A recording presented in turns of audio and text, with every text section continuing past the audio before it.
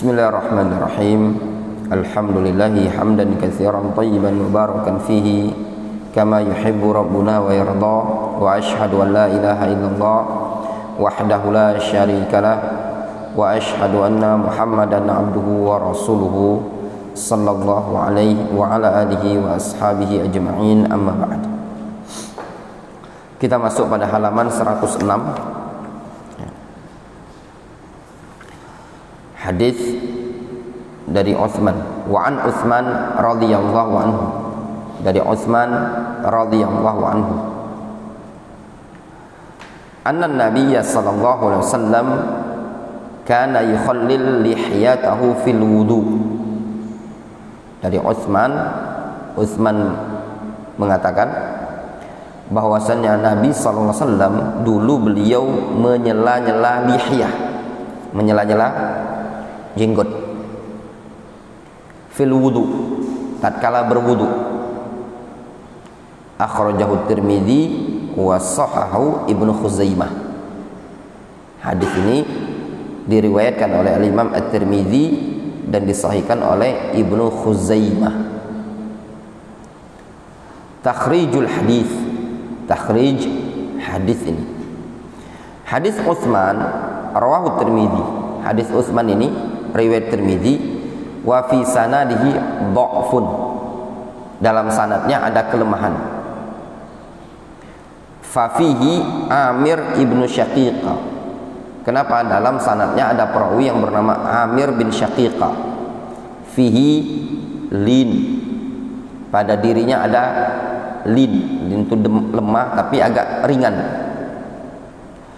Lakinnal haditsa lahu syawahidu yasihhu biha. Akan tetapi hadis ini memiliki syawahid, penguat, yang dengan syawahid-syawahid tersebut dia bisa menjadi sahih, bisa terangkat derajatnya, bisa sahih dengan adanya syawahid atau penguat-penguat tersebut. Faqad jaa min hadithi Anas rawahu Abu Daud wa sanahu dha'fun. Juga datang dalam hadis dari hadis Anas riwayat Abu Daud namun sanadnya dhaif, wa sanaduhu dhaif. Wa jaa min hadits Aisyah rawahu Ahmad wa sanaduhu hasan. Datang dari hadis Aisyah riwayat Ahmad sanadnya hasan. Wa jaa min hadits Abi Umamah inda Ibnu Abi Syaibah wa sanaduhu hasan. Ada juga hadis Abu Umamah riwayat Ibnu Abi Syaibah sanadnya hasan. Wa jaa an ghairi haula as-sahaba bi asanid dhaifah. Datang juga dengan sanad-sanad yang lain dari sahabat-sahabat yang lain dengan sanad yang hasan, dengan sanad yang dhaifah.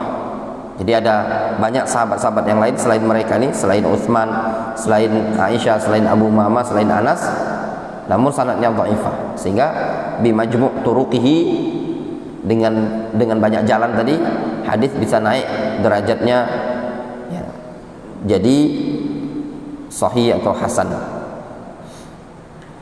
Adapun fiqh hadis, al-mas'alatul ula, masalah yang pertama, hukmu takhlilil lihya fil wudu. Hukum menyela-nyela jenggot ketika berwudu. Apa hukum di sela-sela? Takhlilul lihya maknahu, apa makna takhlilul lihya? Maknanya idkhalul asabi', memasukkan jari jemari yang untuk ini, fi sanaya al-lihyah, di sanaya itu akar jenggot atau di bagian jenggot dalam, di sela-sela. Li ajli ayasilal ma ilaiha, supaya air tadi masuk ke sela-sela jenggot tadi. Indal wudu, ketika berwudu. Faham gambarannya? Yang punya jenggot Pak Roni, tangan ini dibasahi di sela-sela kayak gini. Jumhur ahli ilmi ala istihbabihi faqat. Jumhur berpendapat hukumnya istihbab, sunnah. Faqad ja'at ahadits katsira fi sifati wudu'in Nabi sallallahu alaihi wasallam.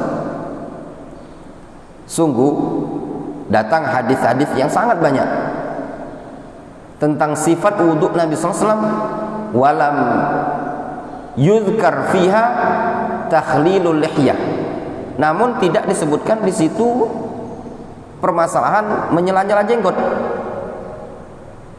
Ma'anna Nabiya sallallahu alaihi wasallam kanat lihiyatuhu kasifah.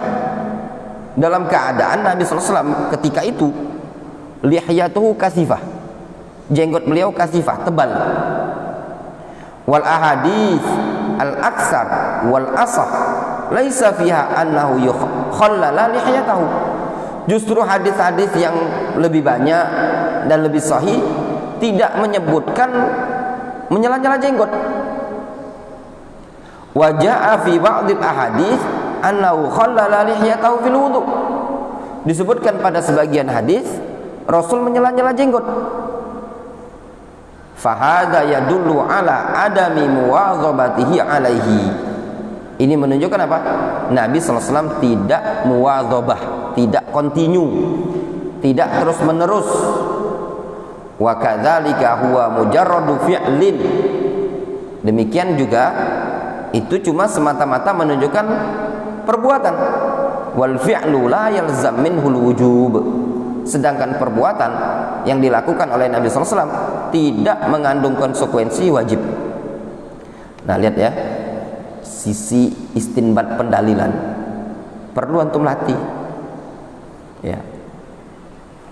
Antum jangan anggap, makanya anak-anak takhasus ini sebenarnya nyambung kalau mau nyambung ya. Kalau mau pikir nyambung. Kalau antum tidak galak mikir pasti tidak nyambung pelajaran. Kenapa? Ana bayangkan diri ana awal-awal kali mondok, antum masya Allah saking kritisnya nanya sama ustaz, tapi sampai sekarang malu ana. Ana ingat dulu sama Ustaz Bukhari, dia bilang gini,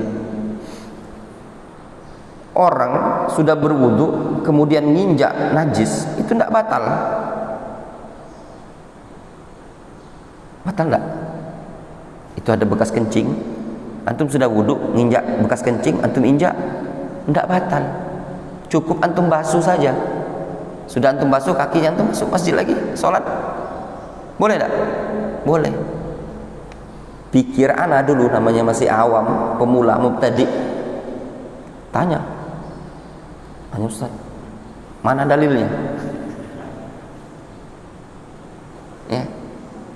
Apa jawabnya Ustaz itu? Ad-dalil, ada mudalil.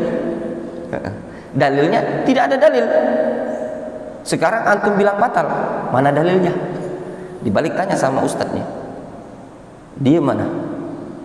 Itu sampai sekarang masih nempel kejadian itu. Nah, dari situ menunjukkan antum-antum itu walaupun pemula-pemula sebenarnya nyambung kalau mau nyambungkan. Tapi kalau nggak mau disambungkan nggak akan nyambung. Ya enggak Aiman? Faham antum pelajaran ini? Faham? Ya, antum faham? Ya, nyambung kan? Nyambung. Insya Allah nyambung, enggak susah pelajaran ini tadi. Nah, antum perhatikan di sini. Jadi ada hadis ya, banyak sekali tentang tata cara wudhu Nabi SAW. Tidak menyebutkan Rasul menyela-nyela jenggot.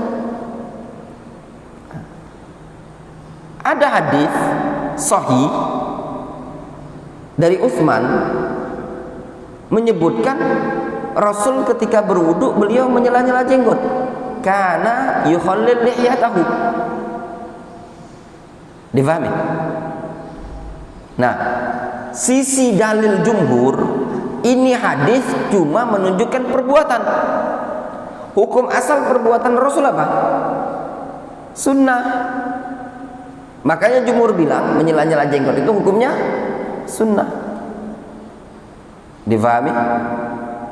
Alasan yang kedua, dikarenakan banyaknya hadis yang menyebutkan tata cara wudu Rasul, tidak menyebutkan Rasul menyela-nyela jenggot, berarti itu Rasul tidak melakukannya muwadzabah, tidak terus menerus, kadang nyela jenggot, kadang tidak, kadang nyela jenggot, kadang tidak.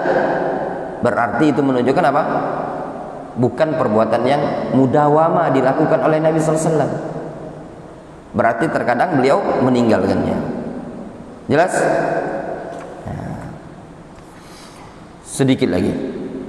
Al-mas'alatu tsaniyah, masalah yang kedua. Wusulul ma ilal basyarati tahtal lihyah. Sampainya air ke basyarah. Basyarah itu kulit yang ada di bawah jenggot. Di pangkal jenggot itu.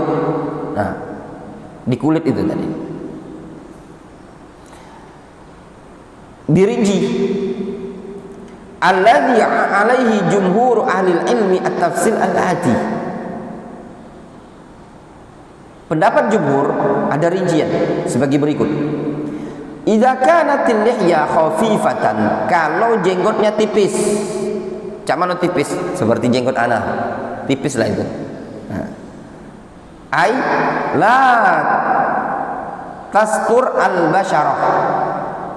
Jenggot tipis itu yaitu jenggot yang tidak menutupi basyarah. Basyarah itu kulit. Fayajibu isalul ma ilal basyarah inda taghsilil wajah. Maka kalau jenggotnya tipis, wajib menyampaikan air tersebut ke kulit ketika membasuh wajah. Li'annaha minal wajhi, karena itu bagian dari wajah. Wal aslu, hukum asal isalul ma ila jami'i basyaratil wajah. Hukum asal menyampaikan air sampai ke seluruh kulit. Wa huwa mungkin huna, dan di sini masih memungkinkan. Jenggot tipis, mungkin enggak air tadi masuk? Mungkin, karena tipis. Idza kanatil lihya kasifatan. Nah, kalau jenggotnya tebal, becak dokter Piki itu lah. Tebal, lebat. Bihaitsu tasturul basyarah wala tazharu al-basyarah, yang mana jenggot tadi menutupi kulit, tidak nampak kulit tadi ya. Kayak jenggotnya dokter Vicky itulah tebal itu namanya, kulit lah ada jenggot tertutup. Kayaknya cuma dokter Palembang ini cuma antum dewek dokter panjang jenggot deh ya. Ada enggak dokter lain? Aduh, lebih panjang lagi. Woi, apa Muhammadiyah? Oh, di Muhammadiyah juga. Nah tuh, ternyata ada juga dokter jenggotnya kan. Kalau TNI tentara, caknya nak kati sampai nak panjang kat dia, tak boleh tentara PNS caknya masih memungkinkan kalau PNS, tergantung gawean dia